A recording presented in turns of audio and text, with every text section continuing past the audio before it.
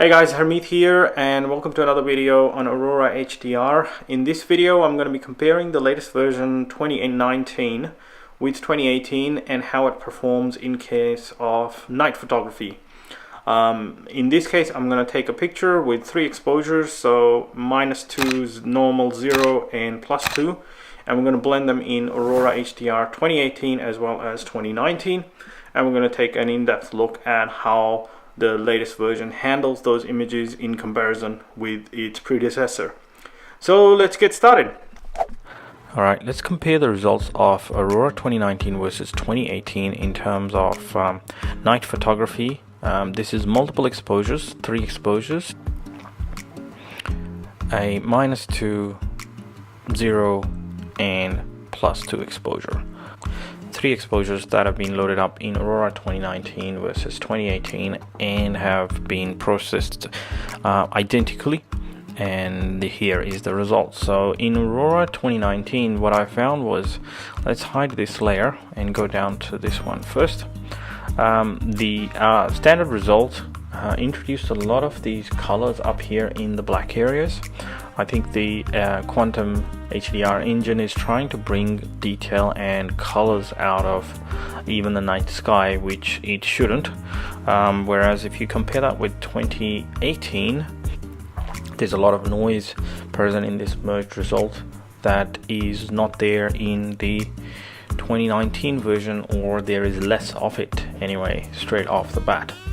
Now the only thing I've done is I've applied on top of that an adjustment layer which just drags the exposure down and increases the blacks.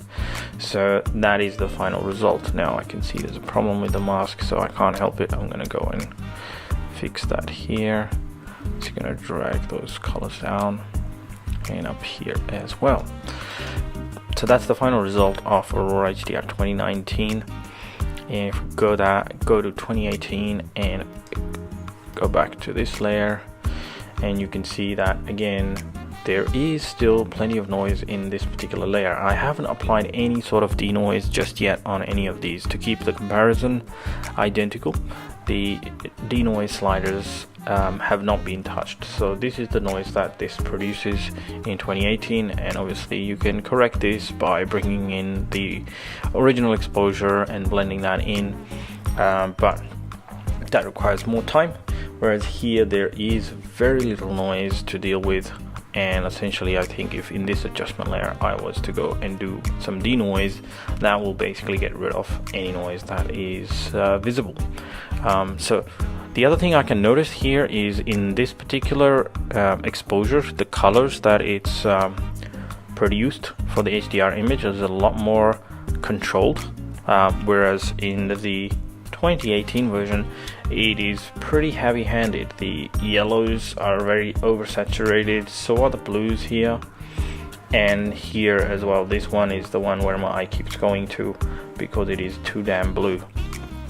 So now when you compare this with the result from 2019, you see that that's not as blue, and here as well it's not that super saturated blue, and the yellows are a lot more controlled as well. So I certainly prefer this result, which is more natural looking as opposed to the other one.